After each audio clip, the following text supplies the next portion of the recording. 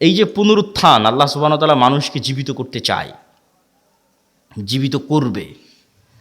তো মানুষের ডিএনএ যদি এখনকার বিজ্ঞান 10,000 বছর আগে ধরো যে ডাইনোসর চলে গেছে, তার ডিএনএ যদি পাই, তাহলে ওর ক্লোন করে কাছাকাছি ওই মানের,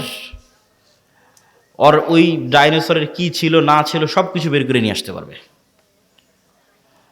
তো মনে করো তুমি মাটির সাথে মিশে হারিয়ে গেছো, ভাগ্য যদি পাওয়া যায়, ওখান থেকে তোমার ডিএনএ যদি বের করা যায়, তাহলে ডিএনএ বের করলে তো যত দ্রুত এই সায়েন্স অগ্রগতি লাভ করতেছে, অদূর ভবিষ্যতে দেখবা যে তোমার ডিএনএ দিয়ে তোমার লিভার তৈরি করা যাচ্ছে, তোমার ডিএনএ দিয়ে তোমার কিডনি তৈরি করা যাচ্ছে, খালি রুহটা দিতে পারবে না।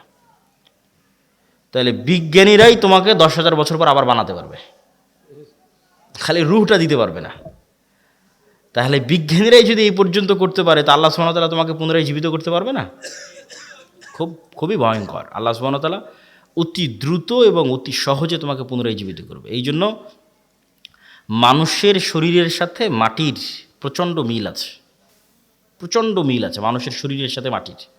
আমরা যা খাবার খাই সব মাটি থেকে আসে, যা আমাদের পেটের মধ্যে ঢুকতেছে, এমন কোনো খাবার নাই যেটা তুমি মাটির সংস্পর্শ ছাড়া তৈরি করতে পারবা, আলোর সংস্পর্শ ছাড়া তৈরি করতে পারবা, পানির সংস্পর্শ ছাড়া তৈরি করতে পারবা, কিছু নাই। বলো কই আমি গরুর গোস্ত, তো গরু কি খায়? ঘাস খায়। ঘাস কোথায় হয়? মাটিতে হয়। কোনো খাবার নাই পৃথিবীতে যেটা ওখান থেকে আসতেছে না। তাহলে একটা কলা তৈরি হলো, মাটির কলার গাছ তৈরি হলো, কলার মধ্যে কি আছে? Magnesium, calcium. ওই সেম ম্যাগনেসিয়াম ক্যালসিয়াম তোমার শরীরের মধ্যে আছে। তাহলে ওই ম্যাগনেসিয়ামটা মাটির থেকে আসতেছে। তাহলে মাটির ম্যাগনেসিয়াম আর তোমার শরীরের ম্যাগনেসিয়াম সেম। আজকে আল্লাহ ওই কলা তোমার শরীরের মধ্যে দিয়ে এখানে কোষ তৈরি করতেছে, ব্লাড তৈরি করতেছে। এই কোষ, এই সেম ব্লাড ওই মাটির মধ্যেই তৈরি হয়ে যাবে। কেনা সেম জিনিস ওখান থেকে এখানে আসতেছে। শুধু আল্লাহ এই শরীরের উপযুক্ত করার জন্য গাছগুলোকে তৈরি করে দিয়েছে, যাতে সরাসরি মানুষ মাটি খেতে পারবে না, ওখান থেকে ওই মাটির রস শুষেনে যে কলা হবে সেটা মানুষ খেতে পারবে, ওইটা রস শুষেনে যে আম হবে সেটা খেতে পারবে। কিন্তু ওই আমের মধ্যে যে ভিটামিন আছে, ওই ভিটামিন মাটি থেকে এসেছে, ওইটা আমার সেম শরীরের মধ্যে আছে। তাহলে আমার শরীরের মধ্যে যা যা আছে তা মাটিতেও আছে। তাহলে মাটিতে সেল তৈরি করা মানে শরীরের কোষ তৈরি করা, মাটির মধ্যে কোষ তৈরি করা, মাটির মধ্যে ব্লাড তৈরি করা, এটা অনটুর ব্যাপার, সেকেন্ডের ব্যাপার। এই জন্য কবর থেকে মানুষ এভাবে তরতর তরতর করে তরতাজা গাছের মতো পরকালে কবর থেকে উঠে আসবে, মাটি থেকে উঠে আসবে। তো সম্মানিত উপস্থিতি, তাহলে আপনি গায়েবের ওপর যতক্ষণ ইয়াকিন তৈরি না করবেন, ততক্ষণ আপনি সঠিক সিদ্ধান্ত নিতে পারবেন না। আপনার কাছে মনে হবে এই দুনিয়ায় আমার কাছে সব কিছু, অতএব আপনার সকল সিদ্ধান্ত হবে দুনিয়ামুখী। আর যখন আপনি মনে করবেন যে না, এই দুনিয়া আমার কাছে কিছুই নয়, আসলে আমার প্রকৃত বসবাসের জায়গা জান্নাত, অতএব আমাকে এখানে বসে থেকে জান্নাতে ঘর বানাতে হবে, আমাকে এখানে বসে থেকে জান্নাতের বাগানে গাছ লাগাতে হবে, আমার স্থায়ী থাকার জায়গা হচ্ছে জান্নাত। এই কল্পনাটা যেই দিন যত মজবুত হবে, তত গোলামি থেকে মুক্তির রাস্তা সহজ হবে। এই কল্পনাটা মজবুত হওয়া জরুরি। আল্লাহ সূরা বুরুজের মধ্যে বলছেন, ওমা রাকামু মিনহুম ইল্লা ইউমিনু বিল্লাহিল আজিজিল হামিদ, যে সূরা বুরুজের ঘটনায় পুরো একটা এলাকার মানুষকে জ্বলন্ত আগুনে নিক্ষেপ করে দেওয়া হয়েছে। হয় ঈমান পরিত্যাগ করো, না হলে আগুনে ঝাঁপিয়ে পড়ে মরে যাও। তো মা তার কোলের সন্তান সহ আগুনে ঝাঁপ দিয়ে পড়ে যাচ্ছে। এটা কেমনে সম্ভব? এটা সম্ভবের একটাই রাস্তা, ওরা যে আগুনে ঝাঁপ দিচ্ছে ওই আগুনকে ওরা নিশ্চিত জান্নাত মনে করতেছে। আর বাড়িতে ফিরে গেলে যে এসি ফ্রিজ ফ্যানের বাতাস আছে, ওইটাকে ওরা নিশ্চিত জাহান্নামের আগুন মনে করতেছে। শুধু মনে করা নয়, ইয়াকিনের লেভেলে ওদের বিশ্বাস। ফলত ওরা আগুনে ঢুকতেছে না জান্নাতে ঢুকতেছে? জান্নাতে ঢুকতেছে। এটা ছাড়া আপনি ঢুকতে পারবেন না, এই লেভেলের ইয়াকিন ছাড়া আপনি ঢুকতে পারবেন না। ওরা তো আগুনে ঢুকতেছে না, জান্নাতের মধ্যে ঢুকতেছে, দেখতে পাচ্ছে এটা জান্নাত। এই সেম পরীক্ষা তো দাজ্জালের পরীক্ষা এরকমই হবে। দাজ্জালের জান্নাত হবে জাহান্নাম, দাজ্জালের জাহান্নাম হবে জান্নাত। তাহলে আপনি যেদিন এই পরিমাণের কল্পনায় যেতে পারবেন যে আমার স্থায়ী শান্তিটা কোথায়, আমার স্থায়ী আরাম কোথায়, আমি যদি আজকে আমার বাপ মা থেকে আলাদা হয়ে যাই, আমি যদি আজকে আমার ছেলে মেয়ে থেকে আলাদা হয়ে যাই, আর যদি জীবনে কোনো দিন আমার বাপ মায়ের সাথে দেখা না হয়, আমার আর যদি জীবনে কোনো দিন ভাই বোনের সাথে দেখা না হয়, আমার যদি আর জীবনে কোনো দিন আমার আত্মীয় স্বজন পাড়া প্রতিবেশী ছেলে মেয়ে স্ত্রী পুত্রের সাথে দেখা না হয়, তাহলে এর চেয়ে কষ্টের পৃথিবীতে আর কিছু নাই। এটা তাহলে কোনো জীবনই হলো না। বরং যদি এর বিপরীতটা হতো, যে এই যমুনা নদীর পাড়ে আমার একটা বিশাল বাড়ি থাকলো, বাংলো বাড়ি, আর সেই বিশাল বাংলো বাড়িতে আমি স্থায়ীভাবে আমার ছেলে মেয়ে স্ত্রী পুত্র বাপ মা সবাইকে নিয়ে, কোনো মৃত্যু নাই, কোনো অসুখ নাই। ছোটোবেলায় যেরকম যমুনা নদী থেকে একটু গোসল করতাম, ওরকম মাঝে মধ্যে গিয়ে গোসল করে আসবো, একটু মাছ ধরতাম, মাঝে মধ্যে একটু মাছ ধরে আসবো, নৌকা চালাতাম, মাঝে মধ্যে একটু নৌকা চালিয়ে আসবো। আর এই জীবনটা পার্মানেন্ট। এইটা যদি তোমার কাছে মনে হয় যে এটা জীবনের সবচেয়ে বড় সফলতা, তাহলে এটা জান্নাতে সম্ভব। সবাই যদি জান্নাতে যায়, তাহলে সবাইকে নিয়ে স্থায়ী পার্মানেন্টলি জান্নাতে এটা বাস্তবায়ন করা সম্ভব। তো এই জন্য মানুষের প্রকৃত জীবন হচ্ছে জান্নাতের জীবন। আর দুনিয়ার জীবনটা কেমন? আমি আজকে যেমন রাজশাহী থেকে অথবা ঠাকুরগাঁ দিনাজপুর থেকে এখানে এসেছি, 10টার 9:30টার দিকে পৌঁছেছি, 11:30 12টার মধ্যে বের হয়ে যাব।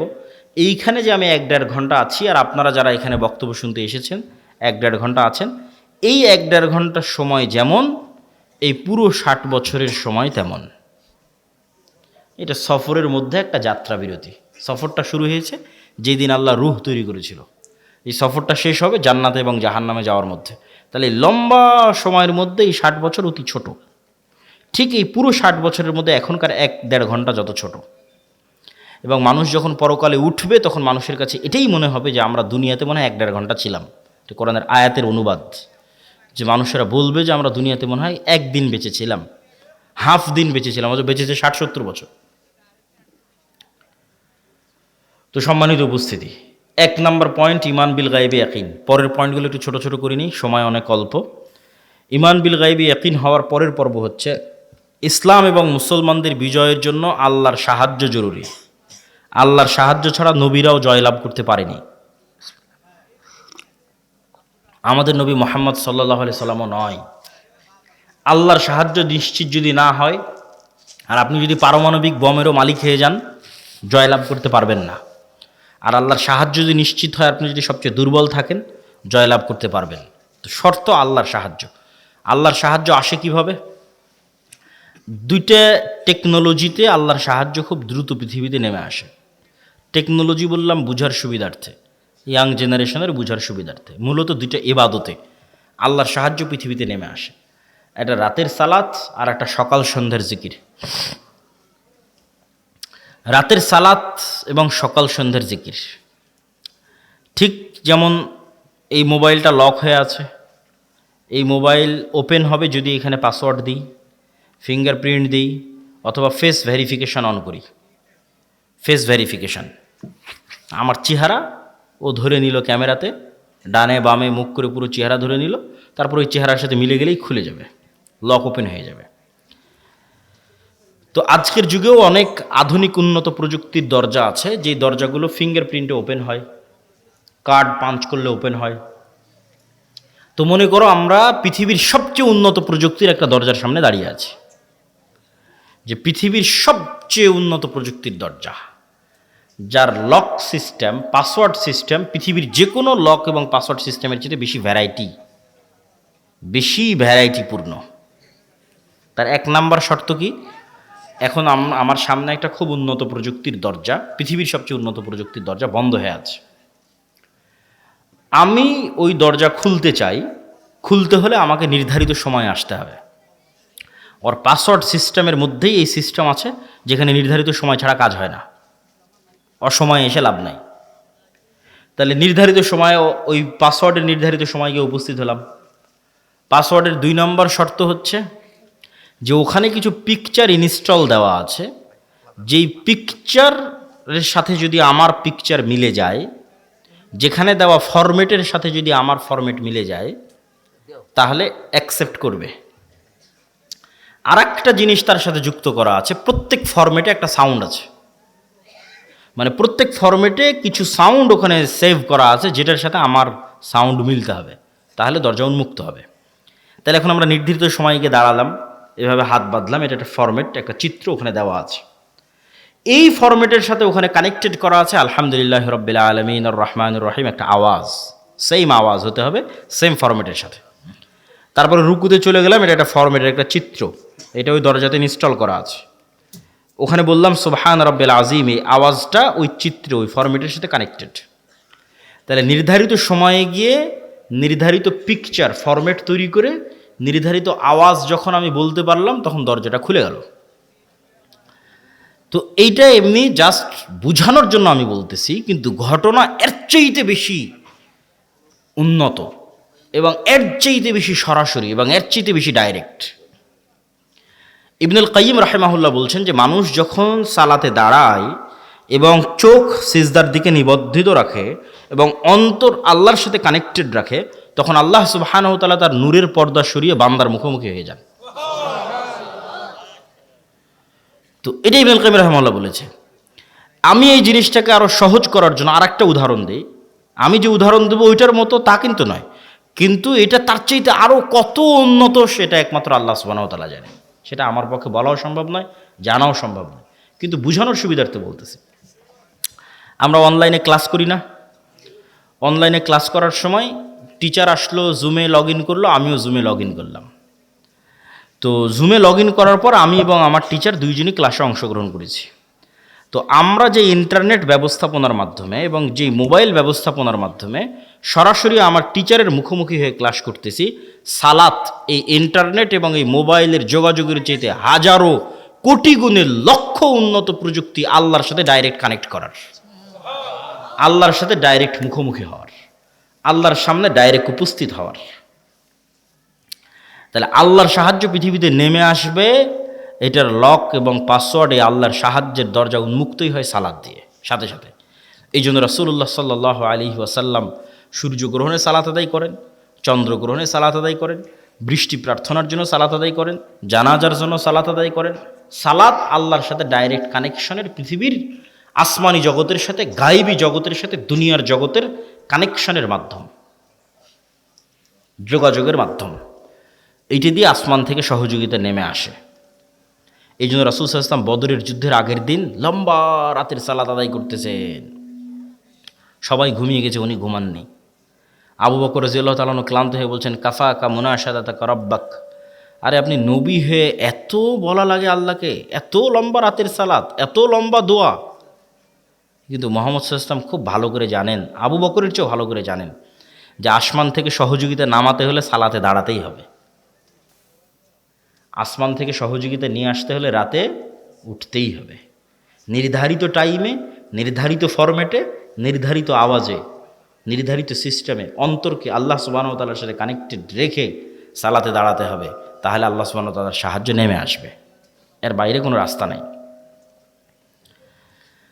আরেকটা ইবাদত যেটা দিয়ে আল্লাহ সুবহানাহু ওয়া তাআলার সাহায্য পৃথিবীতে নামে, এটা বলে বক্তব্যের শেষের দিকে চলে যাব, সেটা হচ্ছে জিকির। সকাল সন্ধ্যার জিকির অথবা এমনিতেও জিকির।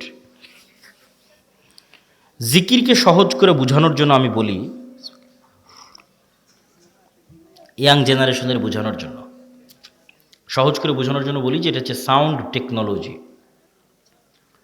শব্দ বা আওয়াজ ভিত্তিক একটা প্রযুক্তি।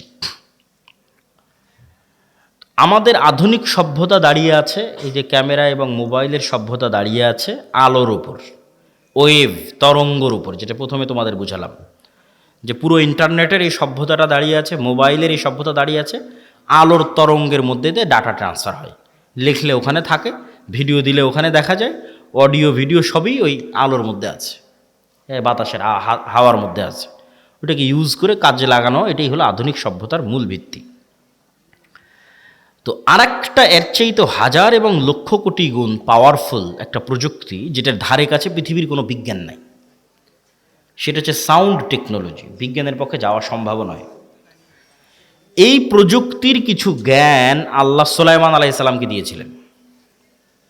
ওয়ামা উতিতু মিনাল ইলমি ইল্লা কালিলা, আল্লাহ অনেক অল্প জ্ঞান মানুষকে দিয়েছে। এই অল্প জ্ঞানের মধ্যেও এই টপ লেভেলের এই জ্ঞানটা সুলাইমান আলাইহিস সালামকে দেওয়া ছিল কিছু। এই জন্য সুলাইমান আলাইহিস সালাম পিঁপড়া কি বলতেছে বুঝতেন, মানে পিঁপড়ার আওয়াজ সুলাইমান আলাইহিস সালাম বুঝতেন। আবার কি বললে পিঁপড়া বুঝবে, মানে কোন আওয়াজ মুখ দিয়ে বের করলে পিঁপড়া বুঝবে, সে আওয়াজ সুলাইমান আলাইহিস সালাম জানতেন। এটা তো আওয়াজের টেকনোলজি, সাউন্ড টেকনোলজি। পাখি কি বলতেছে এটা সুলাইমান আলাইহিস সালাম বুঝতেন, কোন আওয়াজটা বের করলে পাখি বুঝবে, যেমন আমি বাংলা আওয়াজ বের করতেছি আপনি বুঝতেছেন। আবার আমি যদি ইংরেজি শিখি, ইংরেজি আওয়াজ বের করবো আপনি বুঝবেন।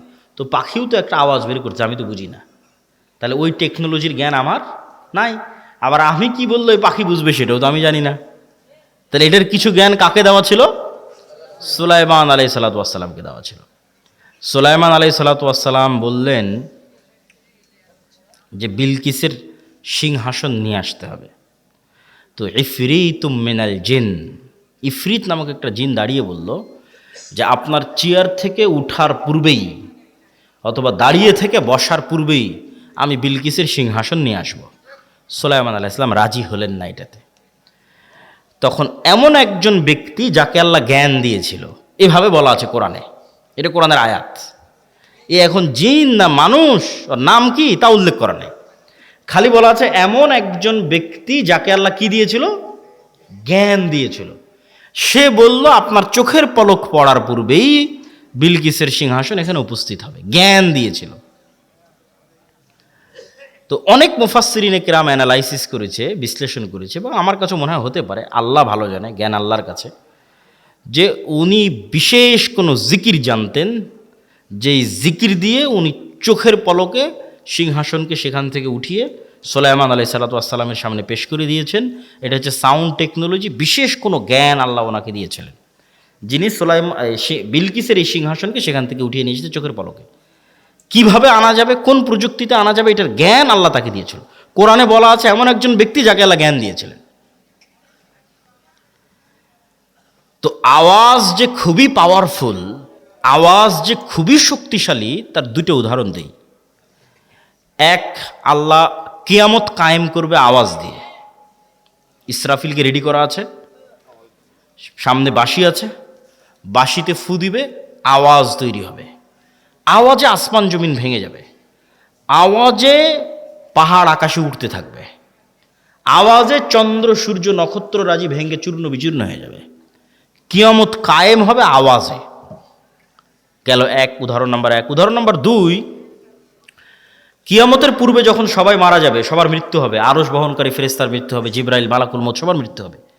মৃত্যু হওয়ার পর শুনশান নীরব পৃথিবী ওয়ায়াবকা ওয়াজহু রাব্বিকা যুল জালালি ওয়াল ইকরাম কুল্লু মান আলাইহা ফান, সব শেষ হয়ে গেছে, শুধু মহান আল্লাহ রব্বুল আলামিন, রব্বুল ইজ্জাত, তিনি আছেন।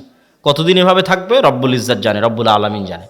তারপরে উনি যখন পৃথিবীর সব মানুষকে কিয়ামত কায়েম করতে চাইবেন, তখন ইসরাফিলকে জীবিত করে আবার ওই বাঁশিতে ফু দিতে বলবেন, সেখান থেকে একটা আওয়াজ তৈরি হবে, আওয়াজে দুনিয়ার সব মানুষ কবর থেকে উঠে কিয়ামতের মাঠের দিকে উলঙ্গ অবস্থায় দৌড়াতে থাকবে। তাহলে আওয়াজ কত পাওয়ারফুল, আওয়াজের ধরন কত পাওয়ারফুল হতে পারে যে আওয়াজে সব মানুষ জীবিত হয়ে যাবে, আওয়াজে আসমান জমিন ধ্বংস হয়ে যাবে। আওয়াজ যে শক্তিশালী, শব্দ যে শক্তিশালী, বাক্য যে শক্তিশালী, সাউন্ড যে শক্তিশালী, এর আরেকটা উদাহরণ দিয়ে এই পর্বের আলোচনা শেষ করি। আল্লাহ সুবহানাহু ওয়া তাআলা বলছেন ইউসাব্বিহু লিল্লাহি মা ফিস সামাওয়াতি ওয়া মা ফিল আরজ। এটা গায়েবের নিউজ, গায়েবে এটা চলতেছে, আমরা জানি না, আল্লাহ নিজে সংবাদ দিচ্ছে। সেটা কি? আসমান জমিন এবং তার মধ্যে যা কিছু আছে, এই টিস্যু হোক, আর এই পিরিচের প্লেট হোক, আর এই পোস্টার হোক, আর এই গায়ের জামা হোক, আর প্যান্ডেল হোক, আর এই মাইক হোক, আর মোবাইল হোক, এরা 24 ঘন্টা আল্লাহর তাসবিহ পাঠ করতেছে। আল্লাহু আকবার। আসমান এবং জমিনের মধ্যে যা কিছু আছে, কীট পতঙ্গ, পঙ্গপাল, জীব জন্তু, জানোয়ার, সব আল্লাহর তাসবিহ পাঠ করতেছে 24 ঘন্টা। তাহলে 24 ঘন্টা আল্লাহ তাসবিহ পাঠ করতেছে, মানে আওয়াজ বের হচ্ছে। নিশ্চিত থাকেন এগুলো থেকে আওয়াজ বের হচ্ছে, এগুলো থেকে আওয়াজ বের হচ্ছে। এবং এরা শুধু আওয়াজ বের করে না, এরা আওয়াজ বুঝে এবং শোনে। রাসূল সাল্লাল্লাহু আলাইহি ওয়াসাল্লাম বলতেছে, এই কে হইচই করে, কি সমস্যা? এত গুরুত্বপূর্ণ আলোচনা হচ্ছে, তার মধ্যে সমস্যা করলে হয়? এই পিরিচ আওয়াজ শুধু বের করতেছে না, আওয়াজ শোনে। রাসূল সাল্লাল্লাহু আলাইহি ওয়াসাল্লাম বলতেছে, মুয়াজ্জিন যখন আজান দেয়, যতদূর পর্যন্ত তার আওয়াজ যায়, প্রত্যেকটা জীব জন্তু, জড়বস্তু, জড় পদার্থ, কীট পতঙ্গ, পঙ্গপাল, ধূলিকণা, বালিকণা, সব ওই আওয়াজ বুঝে কিয়ামতের মাঠে সাক্ষী দিবে। আল্লাহু আকবার। তাহলে আওয়াজের উপরেই সব দাঁড়িয়ে আছে। এরা 24 ঘন্টা তাসবিহও পাঠ করতেছে, আবার আপনি তাসবিহ পড়লে এরা বুঝতেও পারতেছে। আপনি সুবহানাল্লাহ বলবেন, এ বোঝে সুবহানাল্লাহ, আলহামদুলিল্লাহ বলবেন, এ বোঝে আলহামদুলিল্লাহ, আল্লাহু আকবার বলবেন, এ বোঝে আল্লাহু আকবার। এই জন্য জিকির খুবই পাওয়ারফুল, আর এই জন্য আল্লাহ সুবহানাহু ওয়া তাআলা উম্মতে মুহাম্মাদিকে যেই নিয়ামতটা দিয়েছেন এটা পৃথিবীর সবচেয়ে শক্তিশালী।